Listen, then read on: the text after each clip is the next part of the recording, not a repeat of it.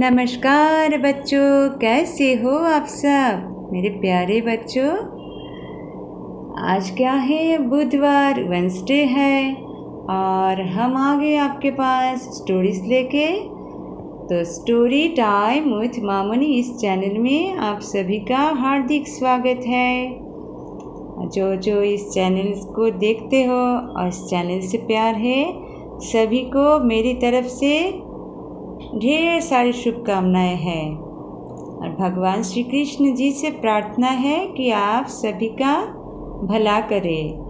तो उस दिन हमने आपको श्री कृष्ण जी के बारे में बताए थे कि भगवान श्री कृष्ण का जन्म कैसे हुआ था ना। तो आज से आगे की कहानी बताएंगे, भगवान श्री कृष्ण जी के जन्म के बाद क्या हुआ। तो सुनो, स्टोरी टाइम विथ मामनी इस चैनल को देखो तो आपको सब मिल जाएगा। तो बच्चों, भगवान के जन्म के पहले भगवान विष्णु ने देवकी और माता देवकी और वसुदेव को दर्शन देकर क्या बोले थे कि वसुदेव, मेरे जन्म के बाद तुम मेरे को तुम्हारे मित्र नंद के घर रखा आना और वहाँ देवी योगमाया शिशु के रूप में जन्म लेगी, उसे तुम्हारे यहाँ ले आना, है ना। तो आपको तो याद है। तो वसुदेव को तो ये ख्याल था। तो भगवान श्री कृष्ण जी का तो जन्म हो गया, सारा जग जगमगाने लगे, सारे सितारे आकाश में जगमगाने लगे। देवकी के और वसुदेव के यहाँ चारों ओर प्रकाश ही प्रकाश छा गया। और कारागार में क्या हुआ, कारागार के जो सिक्योरिटी थे, जो जितने सारे पहरादार थे, वो सारे गहरी नींद सो गए। और वसुदेव के हाथ पैर की बेड़ियाँ अपने आप ही खुल गई। कारागार के बंद दरवाजे जो लग था, सब दरवाज़ा अपने आप खुल गए और सब गहरी नींद सो गए थे पहरादार जो सिक्योरिटी है। ये चमत्कार हो गया बच्चों। भगवान ने कहा था कि मेरे जन्म के बाद कोई बाधा नहीं रुकेगा तुमको, वही हुआ। तब वसुदेव ने क्या की, वसुदेव शिशु को लिटाने के लिए एक टोकरी में नरम पुआल रखी, फिर देवकी की पुरानी साड़ी बिछाकर बिस्तर तैयार कर दिए। एक टोकरी ली और एक टोकरी में भगवान को रखा। कैसे रखा, ऐसे। दोनों ने, वसुदेव और देवकी ने, बालक का माथा चूमकर उसकी जान की सलामती की प्रार्थना की भगवान से। तत्पश्चात वसुदेव बालक को टोकरी में लिटाकर बाहर की ओर चल दिए। प्रभु की कृपा से तो सारे दरबान अब भी गहरी नींद में सो रहे थे। ये भी एक चमत्कार था बच्चों। कारागार के सारे दरवाजे अपने आप खुल गए थे। चमत्कार ही चमत्कार था। वसुदेव तेज कदमों से गोकुल की ओर रवाना हो गए। गोकुल मतलब नंद की घर में। नंद जो अपने उनके मित्र थे, नंद के घर में, नंद के घर की ओर चल दिए। और उनके मन में एक ही धुन सवार थी, उन्हें अपने बच्चों को सुरक्षित स्थान पर जल्द से जल्द पहुंचाना था। हाँ, बच्चे को सुरक्षित स्थान पर ले जाना है। जब वसुदेव यमुना नदी के किनारे पहुँचे तो वो रुक गए। गोकुल जाने के लिए नदी पार करनी थी। तभी तेज़ वर्षा हो रही थी। ऐसे में नदी पार करना तो बहुत कठिन था, लेकिन वसुदेव ने धीरज रखकर लहरों के बीच कदम बढ़ाया। आकाश में बिजली कड़क रही थी। वे सोच रहे थे कि बालक को सुरक्षित कैसे ले जा सकेंगे प्रभु। हे प्रभु, हम यमुना नदी कैसे पार करेंगे। तभी भगवान कृष्ण को वर्षा और तूफान से बचाने के लिए क्या हुआ बच्चों, जानते हो? बताओ तो क्या हुआ। वर्षा और तूफान से बचाने के लिए शेषनाग ने उन पर अपना फन फैला दिया। भगवान के ऊपर छतरी की तरह शेषनाग वर्षा से भगवान को बचाने के लिए अपना फन फैला दिया। नदी तो उफान पर थी और पानी का स्तर ऊंचा हो गया था, लेकिन जो ही लहरों ने भगवान कृष्ण के पैरों को छुआ ना, पानी का स्तर अपने आप नीचे उतर गया और वर्षा भी रुक गई। और वसुदेव गोकुल के मुखिया अपने मित्र नंद के महल की ओर बढ़ते चले गए।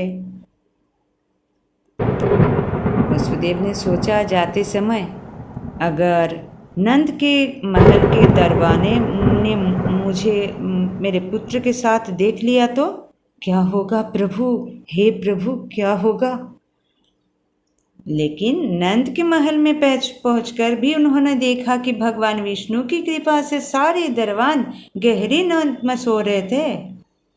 तब वसुदेव प्रसन्न हो गए और नंद के उस कक्ष में पहुंच गए जहां यशोदा ने एक कन्या मतलब एक बेबी गर्ल का जन्म दिया था। नंद आए, वसुदेव के ये गोद में पुत्र को देखा और वसुदेव से कहा कि वसुदेव, चिंता मत करो,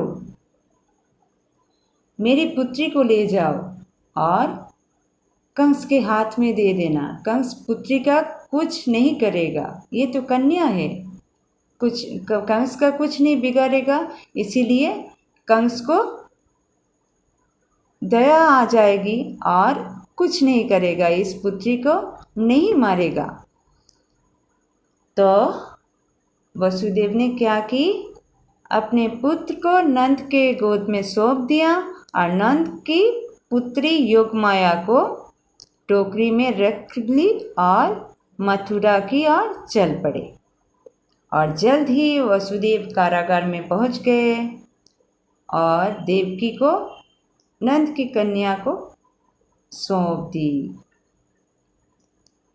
इसके साथ ही वसुदेव जब कारागार में घुसे, साथ ही साथ कारागार के सारे दरवाजे अपने आप बंद हो गए। चमत्कार हो गया बच्चों, और सभी दरबान गहरी नींद से जाग गए। ये भी एक चमत्कार। इतने देर तक ये सब गहरी नींद सो रहे थे और जब वसुदेव आ गए तब ये अपने आप ही जाग गए। और देवकी के गोद में एक दरबान ने एक कन्या को देखते ही शोर मचा दिया। देवकी ने एक कन्या को जन्म दिया है, देवकी ने एक कन्या को जन्म दिया। जाओ महाराज को संदेश भेजा दो, संदेश भेजो कि देवकी ने एक कन्या को जन्म दिया। देवकी के यहाँ एक बेबी गर्ल आया।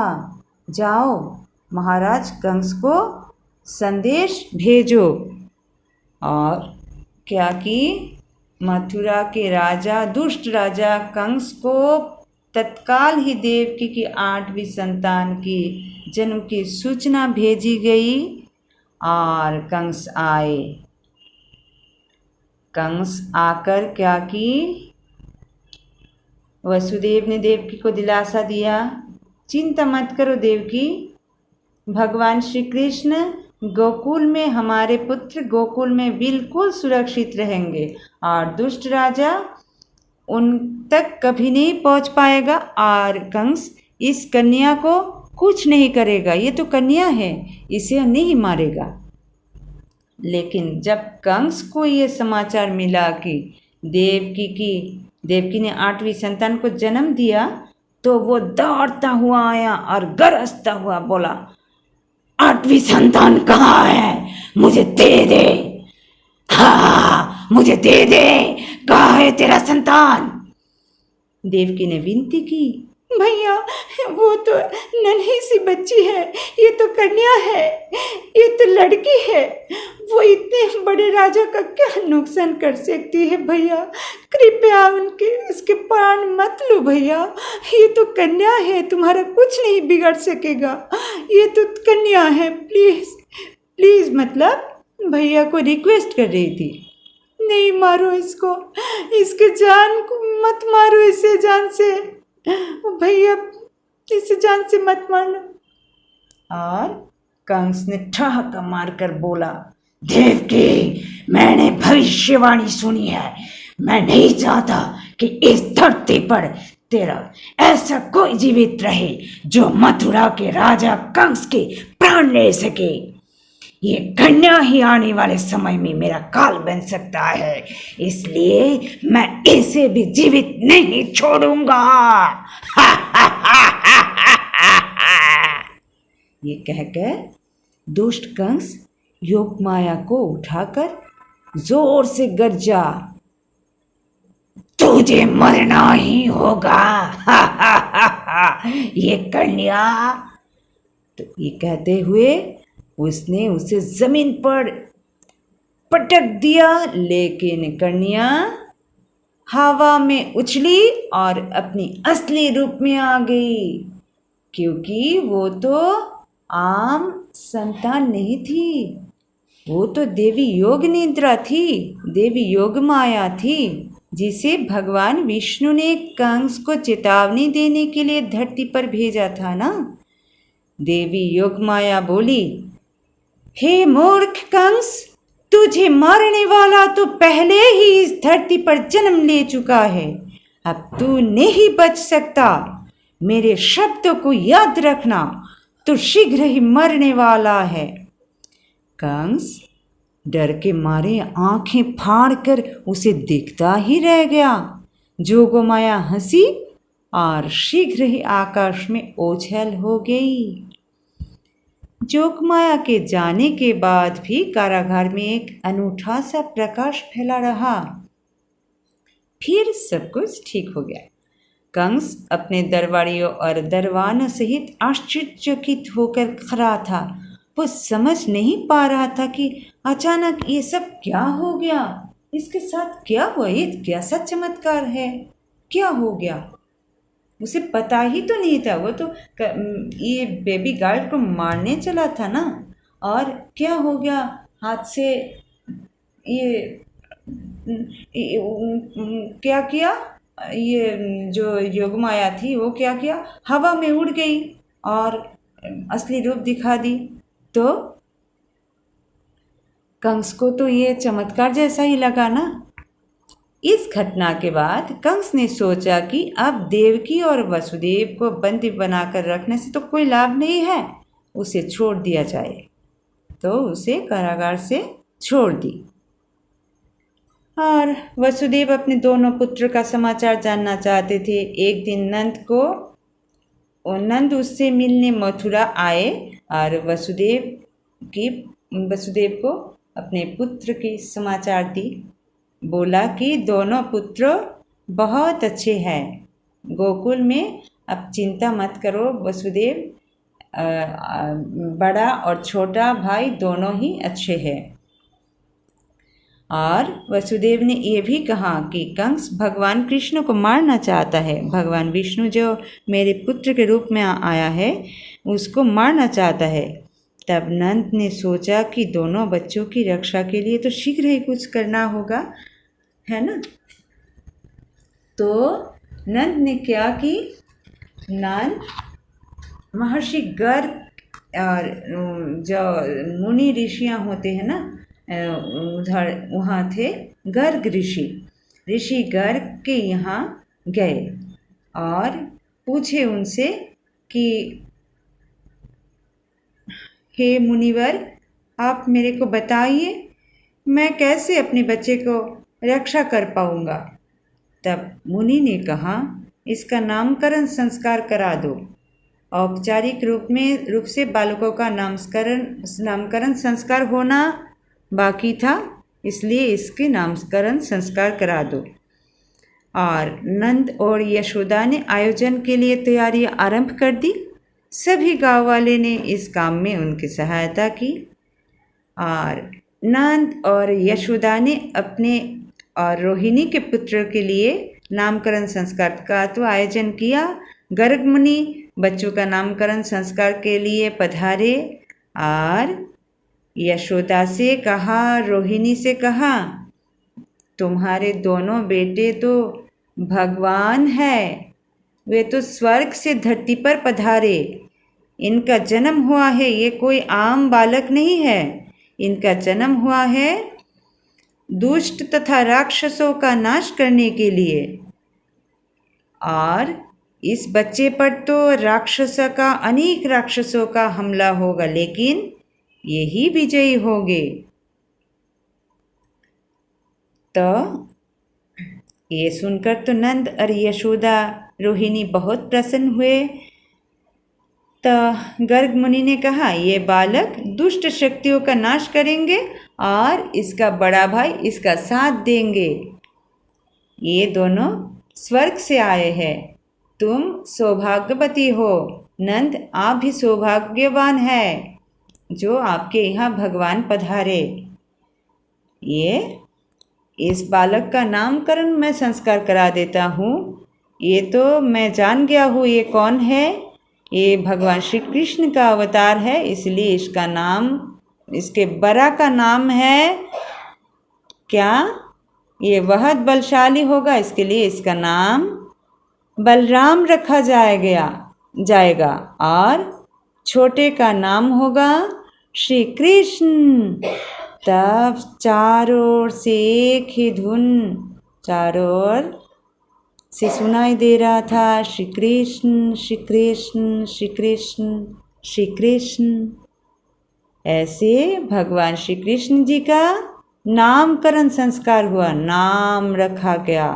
तो बच्चों, उस दिन आपने सुना भगवान श्री कृष्ण जी के जन्म के बारे में। आज आपने सुना भगवान श्री कृष्ण जी के नामकरण संस्कार के बारे में, मतलब नाम रखा गया।